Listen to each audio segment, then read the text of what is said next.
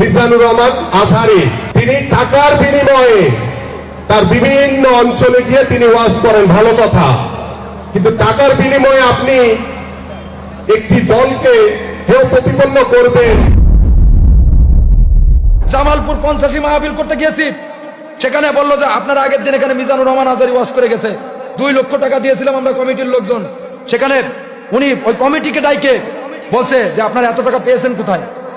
50,000 টাকা রাইখে আর 1.5 লক্ষ টাকা ওই মাদ্রাসা এতিমখানায় দান করে দিয়ে।